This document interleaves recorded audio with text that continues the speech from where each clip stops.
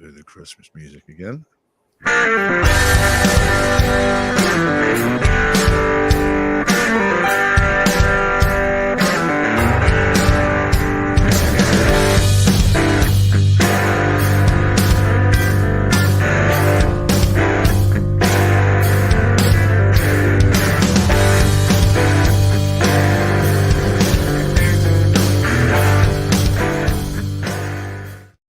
Welcome back to episode 220 of Tall Boy Radio. And as we always say, who knows where it goes when the beer flows? Well, I'll tell you something. This week we have an important message for you, and we're going to be talking about something that's probably dear to all our own hearts and something that probably people don't talk about often enough. But we'll get to that in a little bit. But first, let me introduce the other host who's with us tonight. Dave, how are you doing? I'm doing good, thank you, Adam. It's good to be on the podcast again, another Tuesday evening. Great to have a guest, and this is somebody I met 6-8 weeks ago at an event in Birmingham. We were chatting about what I don't want to give the name away. I get told off if I give the name away too soon. What our guest does, and I thought it'd be great to have him on the podcast. So here they are. Indeed, indeed. Eryn, did you want to say hello and tell us a little bit about what it is that you're here to talk about tonight? Yeah, thank you for having me. I'm the chair of a men's mental health charity called Tough to Talk. So I'm here to talk about male mental health and suicide prevention. Yeah. So like I said, something that is, that should be dear to our hearts, whether it affects us or not, it will certainly affect somebody we know. And the statistics, I'll try and say that again, the statistics on that are quite scary, aren't they, Eryn, when you look at it? I mean, but before we get to that, do you want to tell us a little bit about yourself, how you got involved with the charity and why you got involved with the charity? Yeah, I'm, well, obviously I'm not from the UK. I'm from Alaska originally, moved here about 20 years ago. But I've always been a strong advocate of mental health. I had a really bad postnatal depression myself, and I was actually hospitalized when I had my daughter in a mental hospital, which is probably the lowest, the lowest point you can get, really. So I've really looked at mental health has just always been something that I've wanted to support. And whether you're a man or a woman, it's difficult, and there's a lot of shame involved. I started working at Cooper Perry 3 years ago, and I met an incredible person, Steve Whittle. While we've been working at Cooper Perry, we lost 2 men to suicide. And Steve actually, it's almost been a year and a bit now, also tried to complete suicide. So it was really quite shocking because, one, I didn't know any of the statistics around men's mental health. And to be honest, I work in learning and development, and I do a lot of work around well-being, especially since COVID, looking at resilience training, emotional intelligence, mindfulness, and it's really hard to get men engaged. So that was the first thing I recognized, is that there's always the 3 men who will come to most things. They're quite empathetic. They're happy to talk about challenges in their lives. But I think what shocked me most when Steve was really upfront and honest about his struggles, it was probably the first time I thought, gosh, I had no idea. I wouldn't have thought. Steve is he's a really like manly man. He drives a Harley. He's got tattoos, great job. He's got a great life. And I just never would have imagined that was even something that he was contemplating, that he was thinking about. And so Steve, it was about a year ago, he said, I want to start a charity called Tough to Talk. And I want us to start getting men talking, essentially. And that's how it started. There's been a small group of us, and now there's more of us, which seems crazy. And Steve is really the powerhouse behind this charity. He's been absolutely amazing. But yeah, that's kind of how it started. Is I wanted to support mental health, and then when I started to read the statistics and understand more about the crisis that men are facing, and I have a son, and I have a husband, and I don't want to I don't really want them to grow up in a world where they feel that they can't speak to their pain.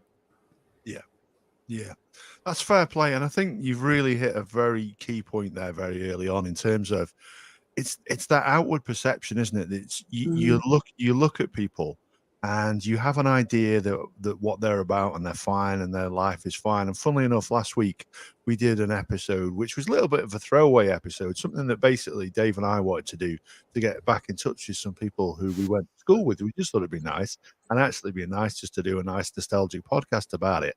And actually, when the guy came on, one of the guys came on, James, who was on last week, and he said it openly, bless him. I talked about how great school was, how much I loved it, because we all had a shared experience. I thought we were all having fun. It was all fantastic. Turns out this guy was bullied, and we absolutely had no idea of sort of the pain, let's face it, that this guy was going through at school. And our perception was this guy was a good laugh. He was always laughing and joking with the corridors. We had no idea, and for him still to be talking about it 30 odd years on, clearly, he's come through it, and I'm pleased to say he's come through it well, but it's still taken effect on him. It's probably shaped him as to who he is a little bit today. But yeah, there is that perception, isn't there, Dave, that you have an idea about somebody. Were you surprised last week? Yeah, absolutely. And I think that's probably what makes it so challenging, because it's from both sides of the coin. You've got the men that don't want to speak up, and you've got the outward perception, which means that people don't detect. And if you've got people that can't see there's an issue, therefore they don't ask, and the men don't want to speak up about it either, it makes it really, really difficult. I mean, Eryn, what's the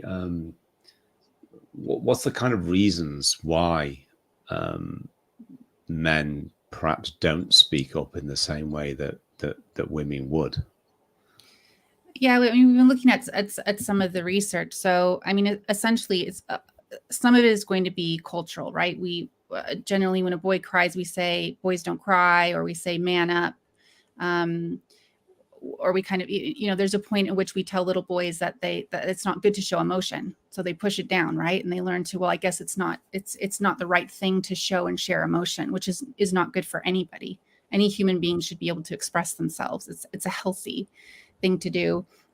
There's also kind of 5 factors that lead someone or a man down the path of contemplating suicide or having suicidal thoughts. And those 5 factors are gender. I need to make sure I get these right. Biological factors, current life events. It could be past experience or trauma, and psychological factors. So a lot of times when we talk about, or we're trying to support organizations with how they talk to men, and that's kind of what we're focused on, is how are we talking about some of these issues in a way that resonates with men. So oftentimes we'll say, you have a mental health issue. But if they're having difficulties with their partner, or maybe they don't have access to their children, or maybe they have an addiction, if you said to a man who's dealing with some of those issues, you have a mental health issue, he's going to say, I don't. Yeah. I don't recognize myself in that situation that you're describing. Like, I don't need to talk to a therapist. I have some real issues here, and I don't know how to deal with them. So we need to change the way that we look at men's mental health, and not make it about, yes, it's about poor. It can be poor mental health, but it can be a lot of other factors too. And we need them to recognize that actually, the more men that come forward, the more men that speak up and say, this is an issue I'm having, and this is how I'm trying to solve it, or this is an issue. It could be addiction. It could be something else. I need help. It will get more men talking and feeling like it's okay to not have all the answers, and to be struggling. Yeah. I mean, it's a huge taboo subject, isn't it? Really, like you say, that first breaking down that first barrier. And I guess probably people our age, Gen Xers, if you will, is it different for us, do you think, or are younger folks who are coming through today, are they finding it easier to talk? Because I don't know, that there seems to be. It seems to be that there maybe could be more in touch with their emotion, or are those gender stereotypes, are they still in place? So I mean, so it's the number one cause of death for men under 45, and 18 to 23-year-olds are particularly impacted. So I would say that I wouldn't say it's generational, and that unfortunately it just seems to impact men across the board. But I think we need to think about also for younger men, who are their role models? Who do they have to look up to? Who's coming out and speaking out about, I mean, sometimes we will have men come out and speak about mental health issues. But who do we have just coming out and talking about struggling or just not having all the answers or showing emotion? Just starting some of these conversations and it's really the 80% of men. We focus on the 80% of men who aren't talking, who you would think these are fully functioning adults. They seem like they've got it all figured out. And those are the ones that we're most surprised by. And when we go to talks, so I don't go to all the talks because Steve is our founder. We try to do men's sessions only because that's more powerful, right? Because men need to feel like they're in a safe space. But every time, even that event, Dave, that we went to, as soon as I talk about, the work that I do with Tough to Talk, I'm always surrounded by people who want to talk to me about suicide and their experience with suicide in their lives. We went to, Steve gave a really powerful talk. It was 2 months ago, and every single man there was impacted by suicide. And I'm not talking about, there were 8 men around the table. There were 12 people in total, 4 women, 8 men. All 8 of those men had lost someone to suicide. And it wasn't a connection they had. They had all independently, and they had never spoken about it. And these are men between 40 and 60, and they all wanted to talk about it afterwards. And actually at that event, one of the guys left after 5 minutes, and Steve went next door and had a conversation with him and essentially saved his life because he had a plan already in place to take his own life. Steve gave this talk. The guy broke down, and he was able to go next door and help him out. And the organization then helped him out and put some support in place, but nobody had any idea. That's terrifying. That is terrifying. And first of all, it's fantastic that if it wasn't for Steve and it wasn't for your charity, then that would have been that fella would have been one of those other statistics that the other chaps there were talking about. So that's wonderful that you can make that difference in just that one life, to be honest with you. That's incredible. And like you say, one of the things that we talked about last week, before we started, we lost a friend that we went to school with last year, unfortunately, to suicide. And that in itself is a tragedy. Now, when I say a friend, it was someone who we hadn't seen for some years, but it still shocks you. Mm-hmm. It still shocks you to hear about those sort of things happening, because there is something that that you hear stuff like this and it happens to everybody apart from me. You know what I mean? It doesn't happen to my group of friends, and then you get everybody together, like you say, and you hear actually everybody has been touched one way or another by it. And there was the one chap there who touched him a little bit closer than some of the others. So that's utterly terrifying, isn't it? Really? Yeah. So you said you work with do you work with corporate groups and what have you? How do you go about reaching out to them, or do they come to you? So, well, Steve really hustles, I have to be honest, and I look for any ways to connect. So I connected with quite a few organizations through my children's school. We're just on LinkedIn. We're contacting anyone we know who work for organizations or are looking to support men. I'm going to be honest. Sometimes people are like, well, why would we support men? Or perhaps we should have something that, is for men and women. And what we're trying to say is men are in crisis. Every 3 suicides out of every 4 are men. We lose 12 men a day in the UK alone. So even though women attempt to complete suicide more, they're not successful. Tragically, men are more successful because they choose more violent ways to complete suicide. So we want to work with organizations first and foremost to talk about, well, how can we make the tools, EAP, anything that you have within your organization make sense to men? How can it speak to men? And you kind of have to change your language. A lot of HR teams are all women. So how can we help them, coach them to really engage with men in a way that makes sense? So right now we're lucky enough that we've been working with the FA. We've been working with any male-dominated spaces is what we're looking for. So we've started working with some construction firms, which is really exciting. Thames Valley Police. So what we do is, or I should say what Steve does is he goes in and he delivers USI courses. So first he comes in, he gives a tough talk, which is really quite a brutal talk because it lays bare the realities of the suicide crisis for men in the UK. And then we go in and we support with USI courses, which is understanding suicide intervention. So what we want, the dream, is to be able to provide organizations with USI courses and start to create a group of tough talkers. And tough talkers will be identified by a badge, or with a construction company we're talking about now, we're going to get a sticker that they can wear on their hard hats. That will mean that I'm somebody who will talk to you about your mental health or about anything that's going on in your life that's causing you issues. And I am trained to be able to have conversations around suicide intervention. Wow. Yeah, that's really good. Yeah, that's really important, isn't it, Dave? It is, because it's giving people a route to have that conversation. And if it's somebody that's visible day in, day out, because they're in the workplace, they know that they're always there. So they're not under pressure to think, now's my moment. No, I'm not ready for it. The moment's gone. They know that they're still going to be there tomorrow, next week, the week after, and they can wait and they can pick their moment to have that conversation. And they've only got to say a few words, and then it can be taken offline, out of the work environment or whatever, into a safe space and have those conversations. That's a really powerful way of quite simply really having an impact, because in an organization, our organization is quite small. For organizations where there's a lot of people, like construction industry, for example, or around the football industries, or where there's male dominated, as you said earlier, to have that ever presence is probably a game changer, I would say. Because you're right, with HR, most HR are females, the majority.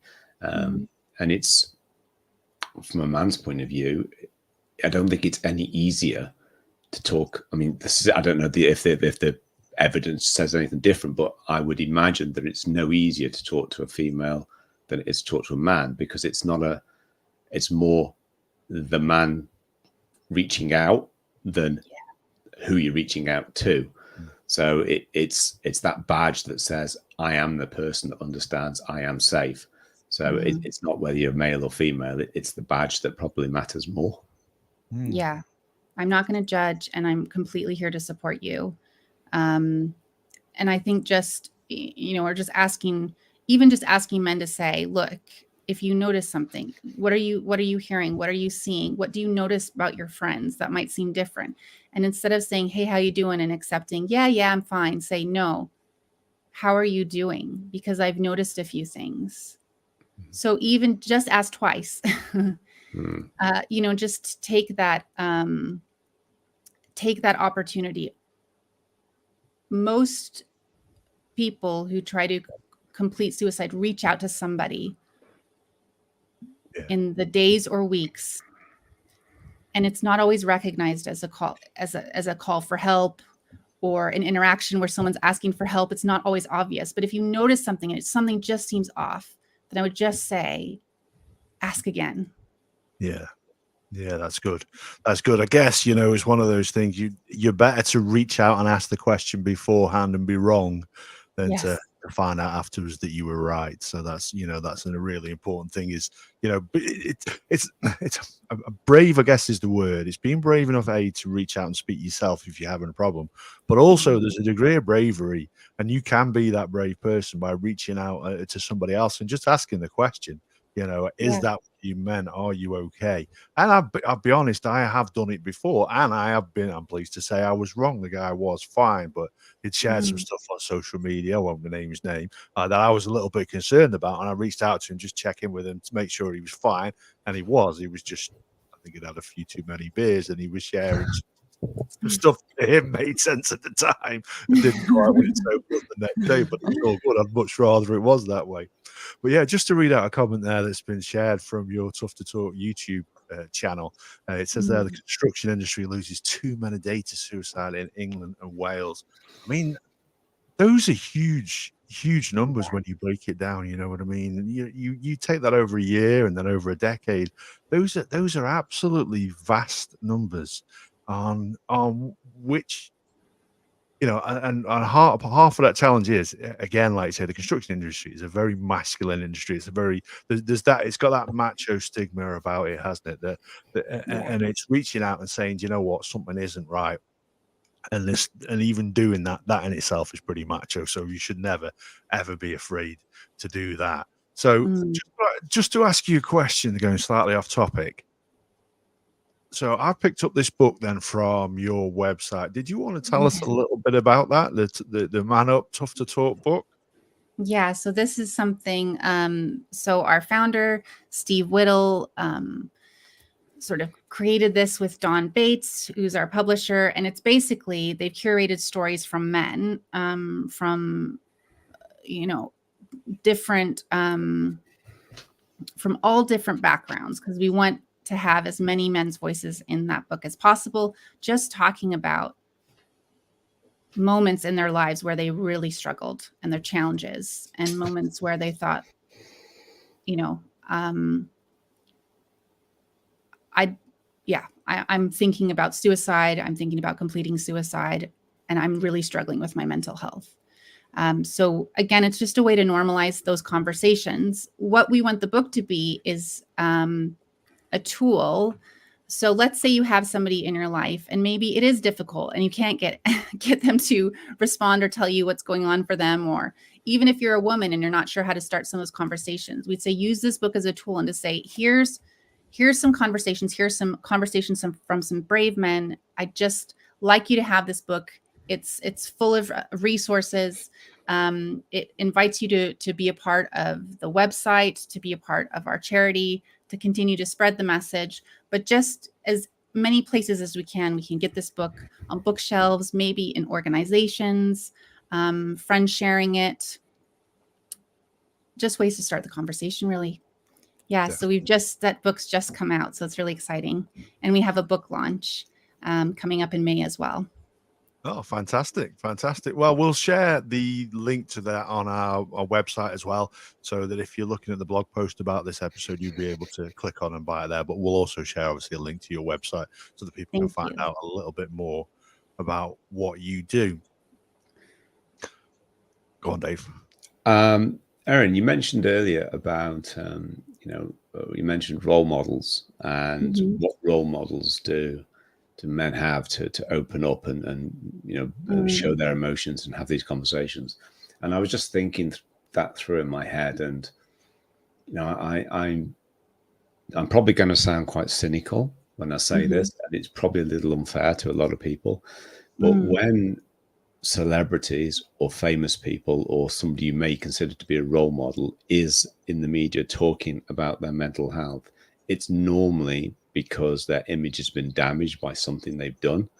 And then normally, their PR is in overdrive to explain why they got drunk and got into a fight. And then the next day they're in the newspapers talking about their mental health and their struggles.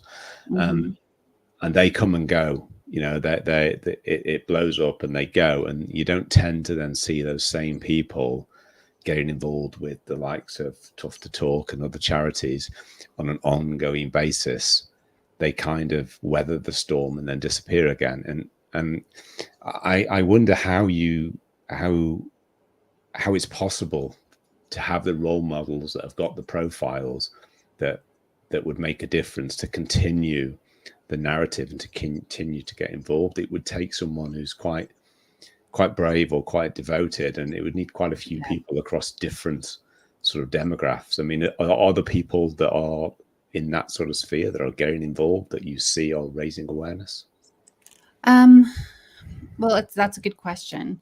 I think the way that we've been trying to go is how can we just elevate men in male dominated spaces, men that we would term masculine, like firefighters or anyone in the construction industry, footballers, but coming out maybe and talking about not just mental health, but maybe just talking about some issues that they're having, or ways in which they reached out to a friend, or they talked, ways in which we can sort of ask them to sort of acknowledge what's going on around them, or maybe checking in with friends. Yeah, I mean, we haven't really looked at the celebrity side ourselves, or looking at, I don't know anybody, if I think offhand, I don't know of anyone that I would say is completely committed, but I don't want to say that either, because I don't think I've been looking into that as much maybe as I should do. No, as I kind of prefixed it, it Yeah. may be unfair, because there may be people out there that are doing good work, and actually there's an awful lot of inverted commas celebrities that do an awful lot of good work and don't shout about it because they just want to do the good work.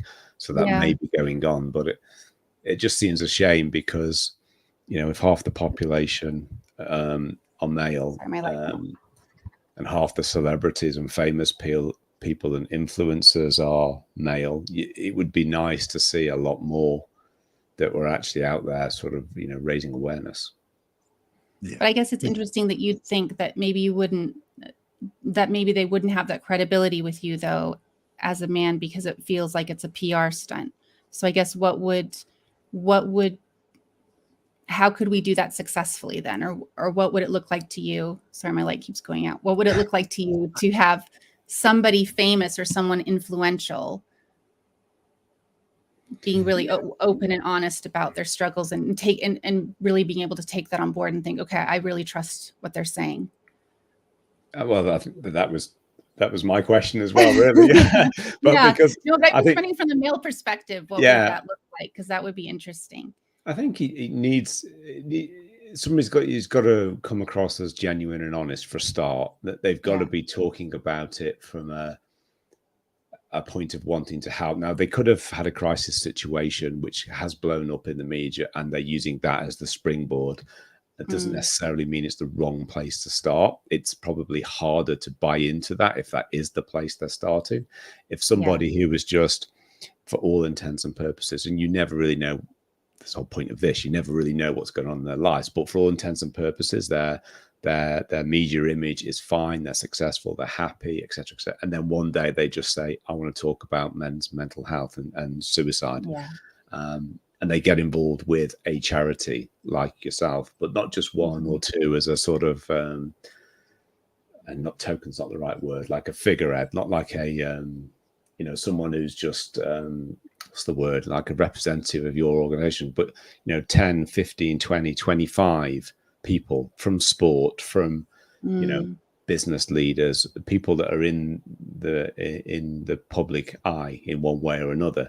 If they just get involved and stay involved, you know, involved in regular things, and whether that's a quarterly thing that they do, or they rotate writing the sort of, you know, the news articles or blog posts or interviews or fireside chats, or, you know, any of that kind of thing, but you see them there 3 or 4 times a year after year, talking about their experiences. And then when they're out and about, they're having the conversations with the people they're mixing with, and they're bringing those stories and that information and that knowledge back, and then sharing it back out from a point like, you know, Tough to Talk, as a sort of base to share that message. And I think it needs that continuity, because then you know that if someone's doing it month after month, year after year, they're doing it because they believe in it and it matters to them.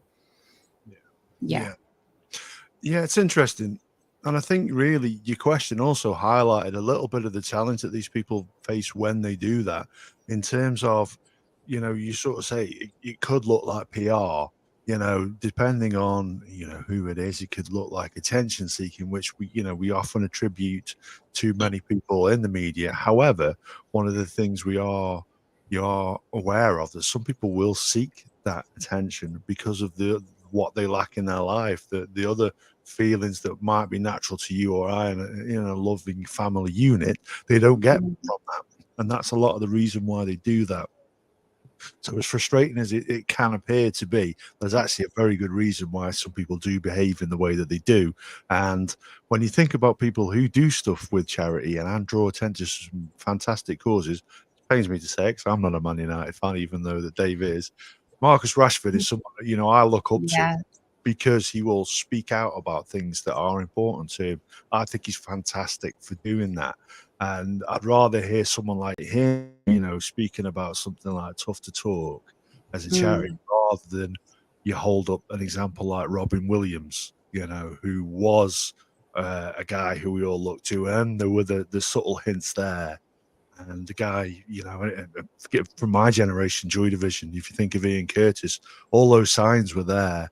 And then they sadly take their life. And then that's when they become the poster child for suicide awareness afterwards. And that's not what we want for anybody. And the comment there, then again, that comes out of the Tough to Talk YouTube channel is, imagine if the strong men in your workplace found their voice and became the role models other men need. And I guess it's that, you know, that's what we're looking for, isn't it? That's what you're looking for, Yeah. not just, you know, if you do it in the workplace, fabulous. If you can do it in a public forum, if it's a huge public figure, then that's absolutely fantastic. So, as well as the challenges that men face just for being men, and the way that we are, the way that we're brought up to be manly men, and we don't talk about our emotions because we're, you know, Dave and I are Gen Xers. And well, if you ever see me after Arsenal lose, I can tell you that I'm happy enough to talk about my emotions. But as well as that, what other factors? I mean, there is, like I say, the social factors. Surely, at the moment, you know, the financial pressures that people are feeling, that must have an impact, I suppose, on why people do what they do. Yeah, I mean, there's going to be a lot of different factors, aren't there? And I suppose the most important thing is that we really want to talk about breaking the silence. So whatever factor it is, or whatever you're dealing with within your life, is just thinking about, well, how can I communicate this in a way that doesn't feel like I'm not being a man because I'm being more vulnerable, or I'm moving against what society expects from me. Maybe also being fearful of the reaction that you get. Sometimes if you've never had, let's say your husband, my husband's always been the strong one in our relationship, and I've had my challenges, but when he reached out and said, I'm actually struggling, I didn't know what to say. Sometimes we think, oh, I'll have all the answers or I'll know what to say, but because I was so shocked, because he's never said that before. So it's even about how we respond in those moments, to make sure that when people do say something, we can say, okay, well, you know, let's talk. What do you need from me? Yeah. And just, I don't know if I answered your question. No, you did. I mean, the key thing is, like I say, my question really was like, you know, I was thinking about the financial factors, sort of post Brexit, you know, you know, post the pandemic. You know, we know there are incredible financial challenges, especially, you know, around the cost of energy and things that people are facing now. We know that puts its pressure, and I guess you know, like you say, those things, although important, I would never say that they weren't. The key thing is about getting men talking.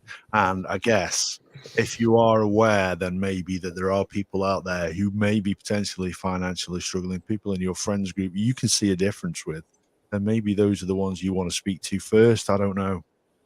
Yeah, and it's about identity as well, isn't it? I've read a really good book. It's called Of Men and Boys by Richard Reeves. I don't know if you've read it. It's an incredible book, but you know, the identity, men used to be providers, or single providers for the household, you know, excelling at school, university. But actually, and he's writing this book from America, but also he's giving some global statistics, is actually men from poorer communities are really struggling because they're not making maybe the same salaries as perhaps their partners. They're not required in the home as much as they would like. A lot of women are finding, well, actually, I can do it on my own. And there's that loss of identity. Well, if I'm not a provider and I'm not needed as a father, then what am I needed for?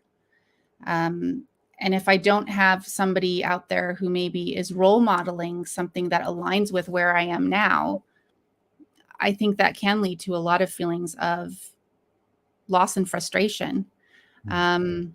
Even girls, and it's because there's been so much investment in girls, which has been fantastic, but girls in the American school system are actually doing much better than boys. They're graduating at higher levels at high school and university. And I don't want to be controversial, but the gender pay gap as well. I mean, he kind of shows there isn't a gender pay gap. There's a parent gap where women who generally are carers or they stay home with children, the pay gap isn't really about gender. It's more about more women spend time at home, which means that there is a pay gap and maybe they don't have the same flexibility to work the hours or some of the jobs that men take. But I know that could be controversial. That could be a whole nother conversation. Yeah. Well, but it's a really valuable book. I would strongly suggest anyone to read it because it certainly opened my eyes to a lot of the assumptions I think that we have, or a lot of things. I just hate the division where it feels like it's men and women against each other. I think there's a lot of pain for both men and women when it comes to mental health and suicide. And I think that men are suffering at this time more, and that they're in need of great help. So what I think would be powerful is if we just came together and thought, how can we solve this together? Because supporting men in our communities, supporting men at home, supporting men in our organizations will only benefit everyone. It'll benefit their homes, their families, their children, their loved ones. So I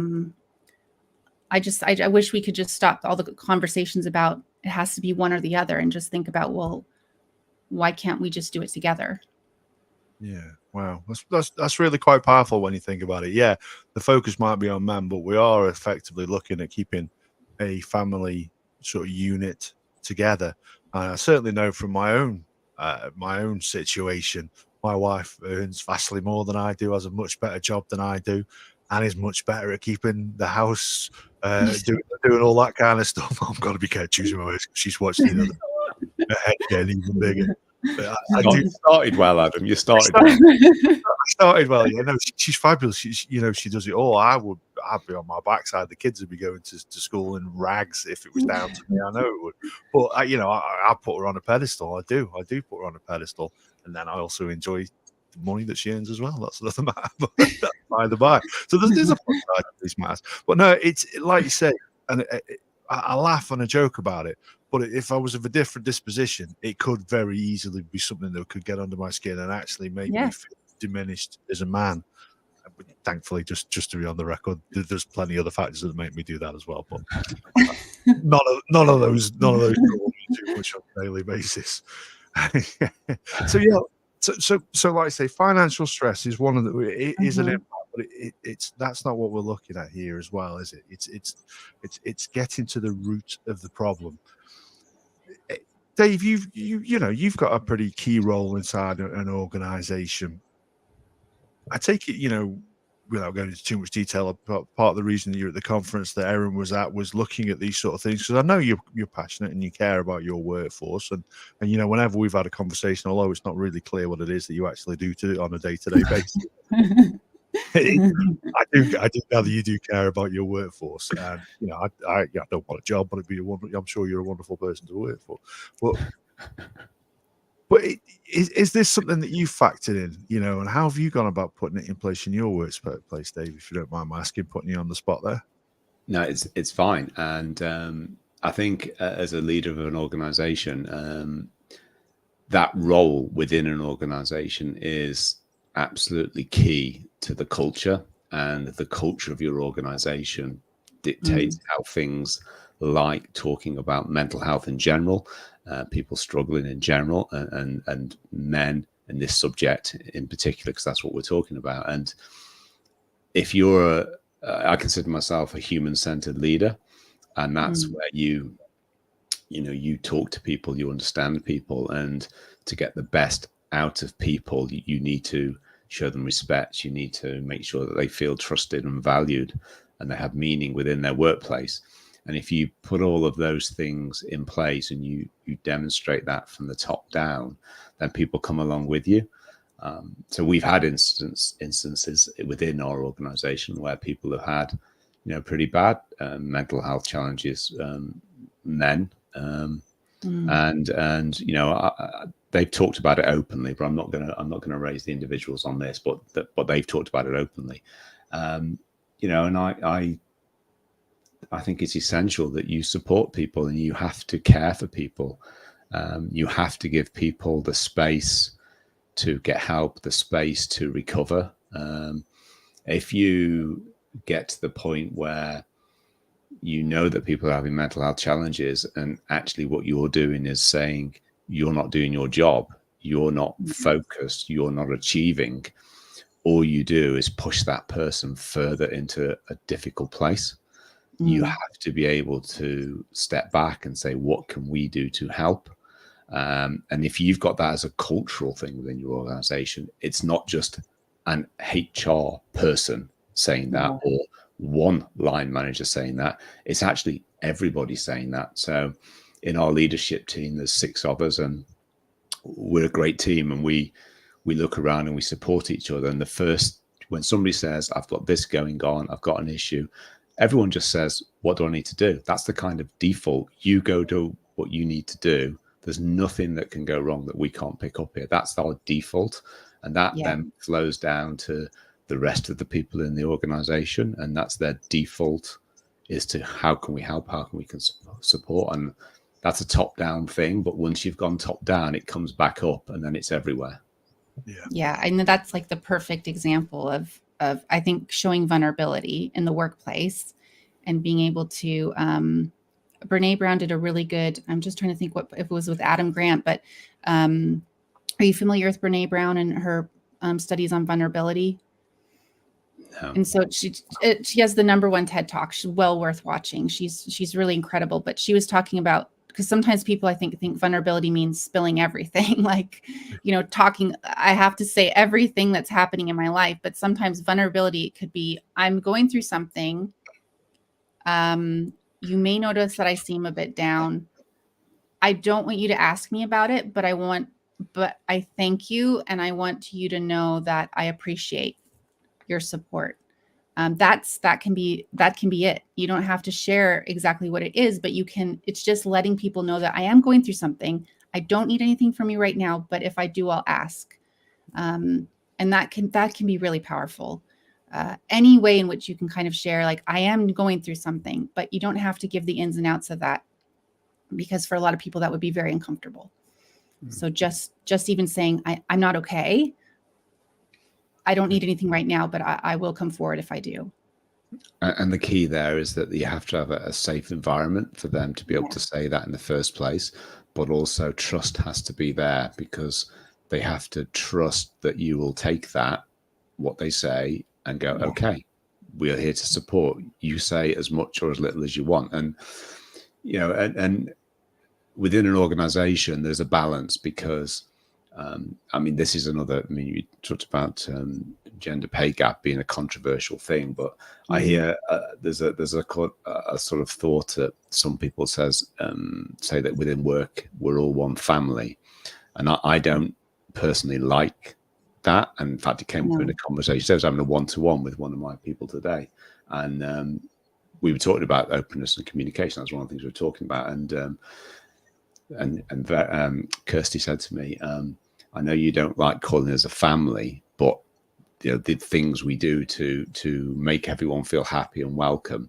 Because I call it a team. It's like a football team. Yeah. You get on, you work together, you do everything for each other. But at the end of the day, if you're not fit in that team, you go and find a better fit somewhere else. Family, you're stuck with them, basically. Yeah. So I think that's get rid of your kids. That's it. So that's the difference. So I don't like calling work family. You can have friends, and you can make great friendships. Of course you can within work.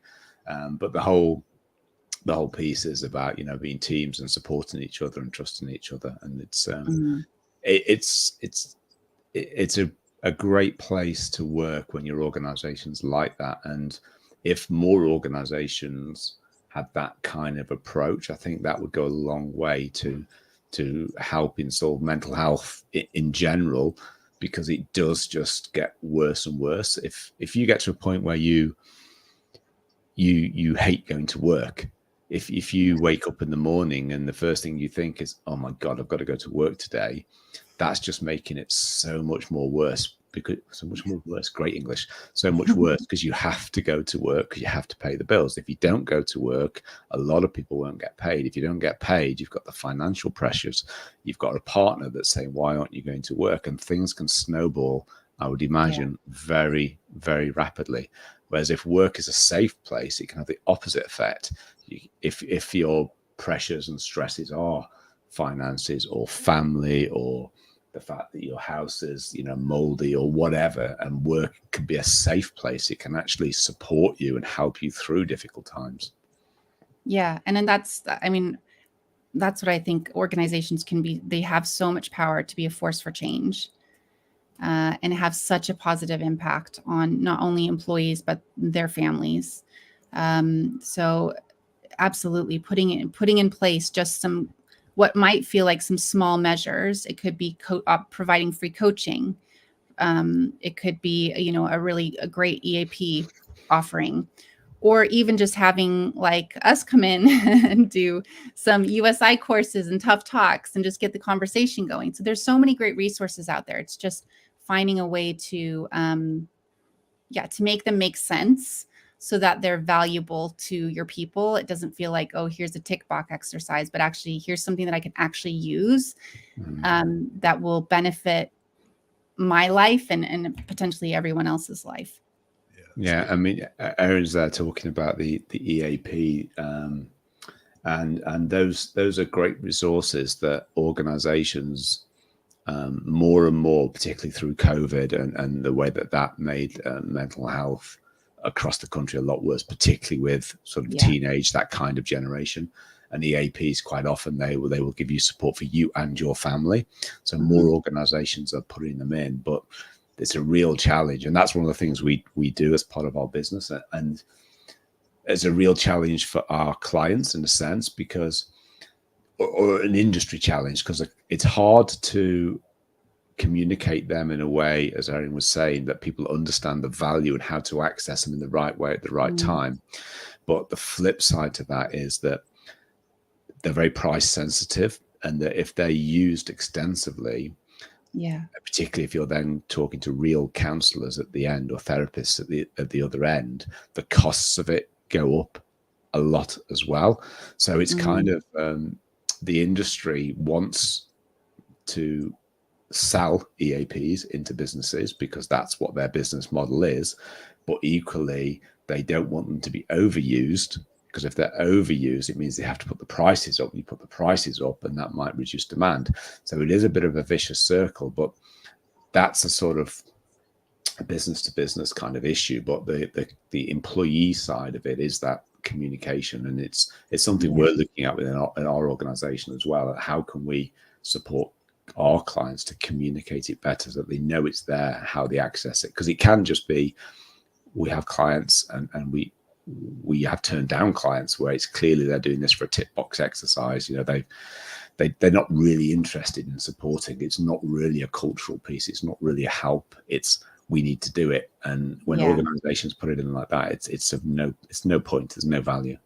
No, because they're not going to communicate in the right way. But I guess to counter that, I would say, how much mental health costs the UK economy billions, doesn't it? And even there was some really good ONS data. Now, I wish I remembered it. Somebody posted on LinkedIn yesterday about the cost of suicide actually to organizations. And it was, again, it was in the billions. So I think even though it feels short term, like a big expense, the wonderful thing is if you as a man call 111, you will be prioritized. If you say that you have thoughts of suicide, you will be prioritized. But then the aftercare can be up to 2 years to get counseling. So imagine, and you're 3 times more likely to attempt suicide once you've attempted it the first time. So can you just even thinking if an organization could step in early and say, look, you've gotten the help you need. Now we're here to support you as well, to bridge that 2-year gap, to make sure that people get the help they need when they need it. I would think that you would get a lot more out of your employees. And I don't have the data on that, but I would imagine it could possibly be incredible. It is, but it absolutely Probably is, hard to measure.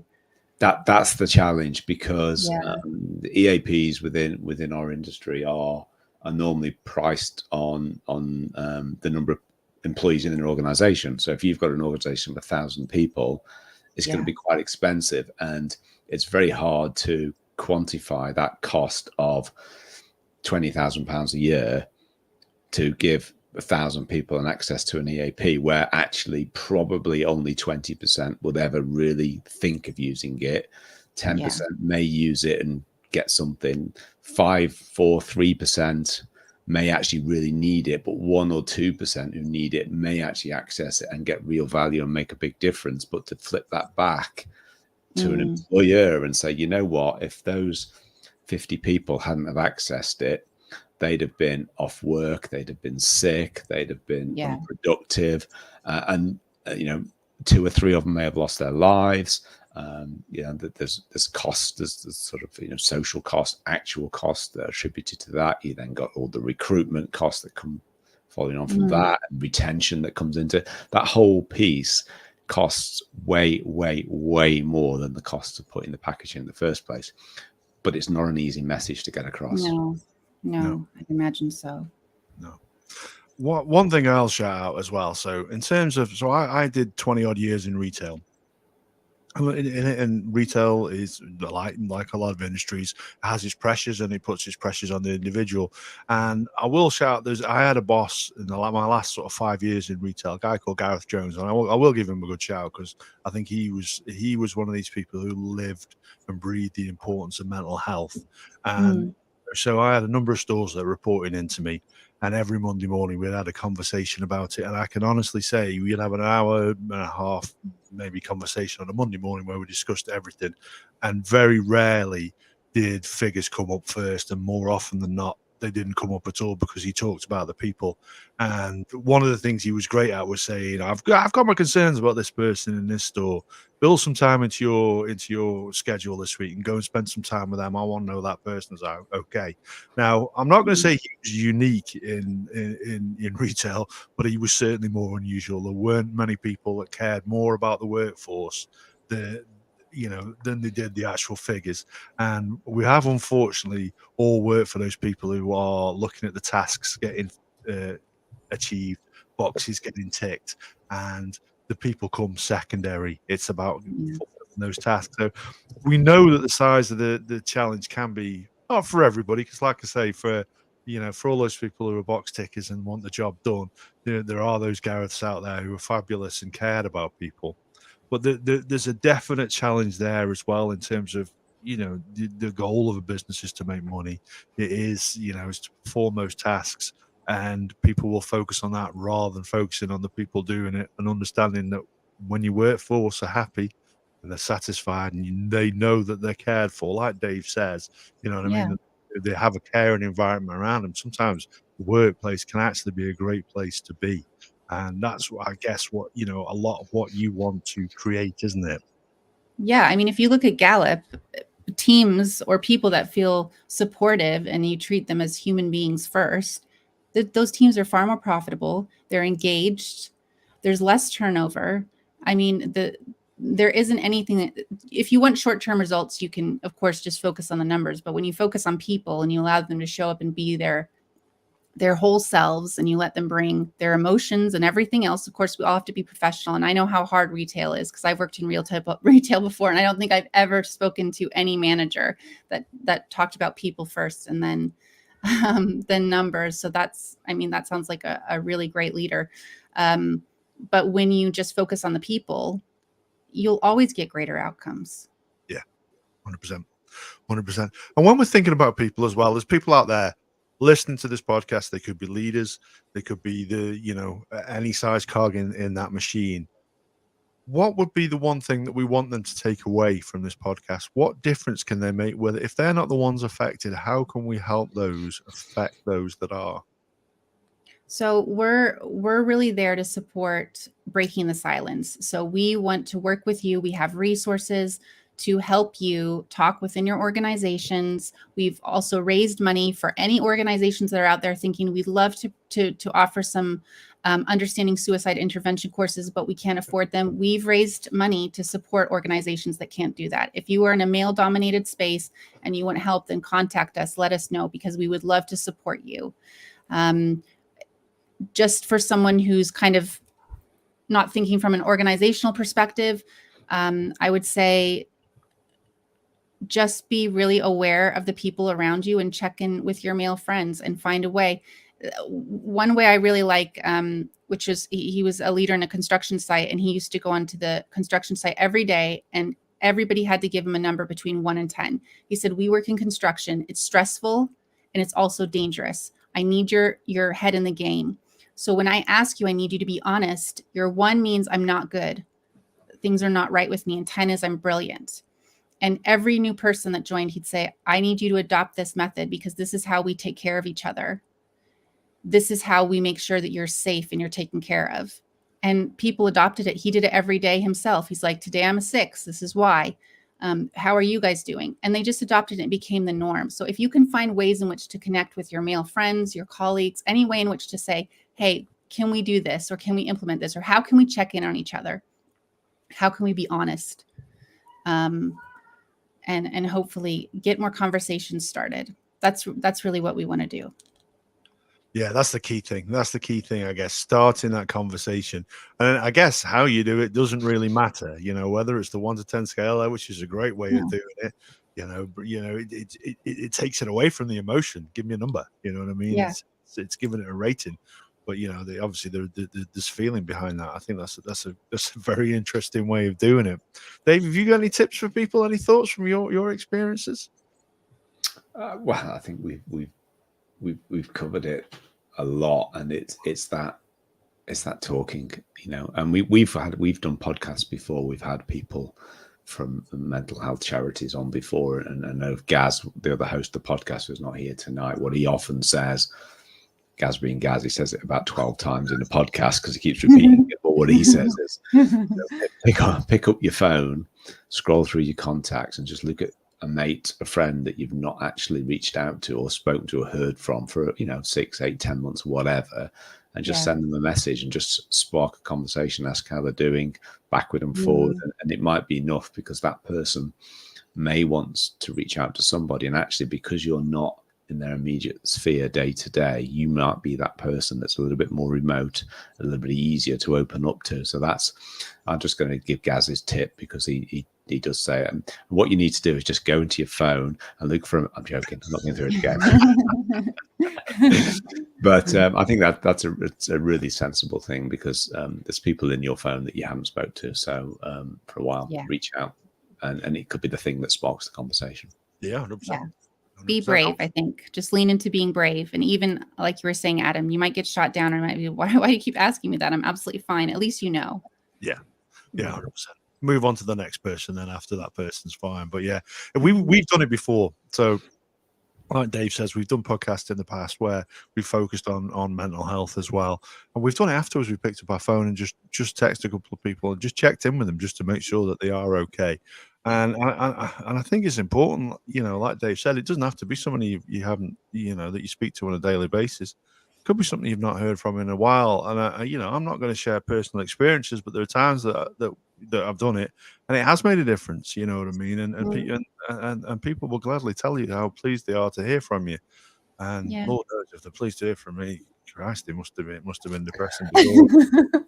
But in all seriousness, just that little bit of contact can, it can make a difference. It really can make a difference. I know I'm being facetious here, but it's a really important message to take away. So as we're coming towards the hour mark then, so what we really need to do as well is to give out some details as well as to where people can find Tough to Talk. And I know you have a Just Giving page as well. Is that correct? Where people can donate to the work that you do? Yeah, we've got a Just Giving page. We've got Tough to Talk, the website. We've got our book. We've got our book launch coming up, where you can connect with me on LinkedIn, Eryn Frost or Steve Whittle. We're always updating on everything that's going on with the charity. And actually, we've had so many people start Just Giving pages for us. We've been really lucky. People just find us on Just Giving and say, I'm going to run this marathon, and I've decided you're going to be my charity of choice. And we've also had a lot of support from Cooper Perry, who have donated a lot of money and are hosting our book launch. So we've been the support we've received has been incredible, and we just thank everyone for all of their support. Oh, that's fantastic. That is fantastic. Now, I say we do a little bit for charity ourselves, so I'm not making any promises we actually get anything sorted anytime soon, because we're dragging our feet on having another go at a Guinness World Record. That we're all getting a little bit older now, a little bit longer in the but by golly, we'll have a go, and if we do, I can promise you, your charity will be on our sponsorship forms. I can promise you that. That would be amazing, and I'd love to hear which record you're going to try to beat. Well, it's close. It's close. We are gonna have a pop at having the Guinness World Record for trebles hit in 24 hours at dart. So we will have a go at that very, very soon. But I have to say, it's been in planning now for about 2 years, and we're all getting a little bit longer in the tooth. But we will. We've said it so many times on the podcast that we will get it done. And in fact, we have a production meeting next Tuesday, so I'll put that top of our list to make sure that we get something done. And we will certainly make sure that we donate towards your charity when we do that. I can promise you that. Comment there from your YouTube saying, thank you, Eryn, Adam, and Dave. You're breaking silence right now. Great job, and thank you for raising awareness about male suicide. And I guess that's it. All we've done tonight really is talk about it.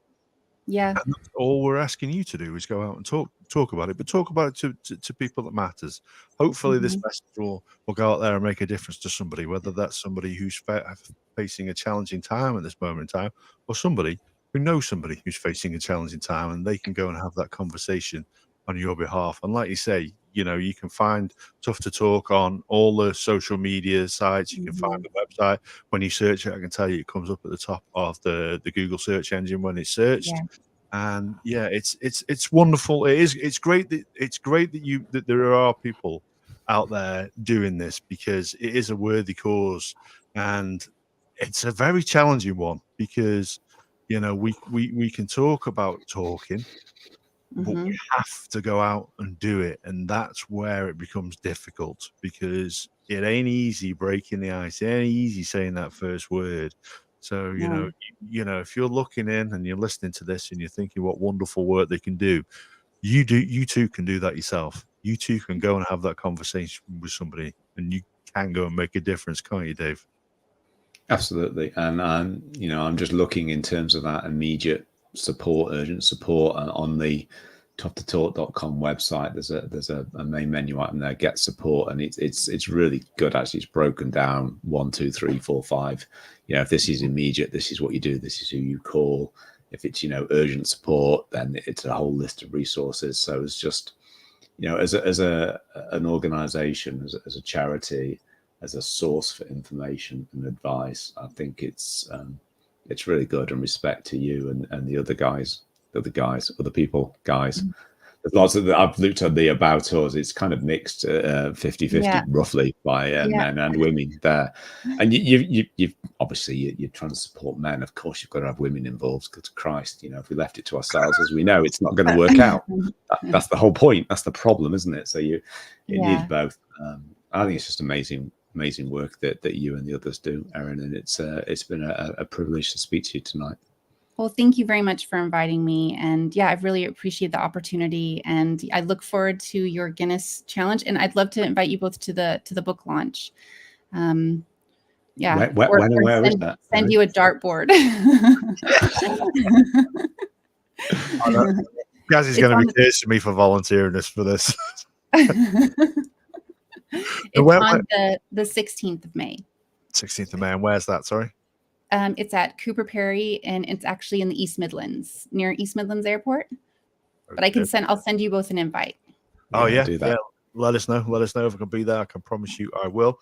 And for folks who are listening, if you can't make it to the book launch yourself, then you can also just pick up a book, and we will share the link. And it is on Amazon, and it's reasonably priced. I'm not going to show off, but I bought this and the Kindle version as well. And you don't even have a Kindle. That's how committed you are. Thank you. / fat thumbed. I am. Yeah. He also can't read. Well, no, I really appreciate it. The truth is not there. Yeah, indeed. So, if you'd like to say one last goodbye to our listeners, I can only thank you on our behalf for joining us. Yeah, thank you very much. And this has been it's just been great chatting with you both, and really appreciate the opportunity to share more about what we're trying to do at Tough to Talk. Fantastic. Dave? Yeah, thanks again, Eryn. It's been good. It's good to just talk and get the word out there. The more people that do it, the better for everyone. Yeah, 100%. 100%. All it leaves really for me is to say thank you very much. We really appreciate it. We appreciate all the good work that you're doing, and hopefully that we've reached somebody out there that can make a difference tonight. So we'll hope you keep that in your mind. And if you're interested, or if you're struggling yourself, feel free to reach out, and you know where to do that now. So thank you very much, and good night.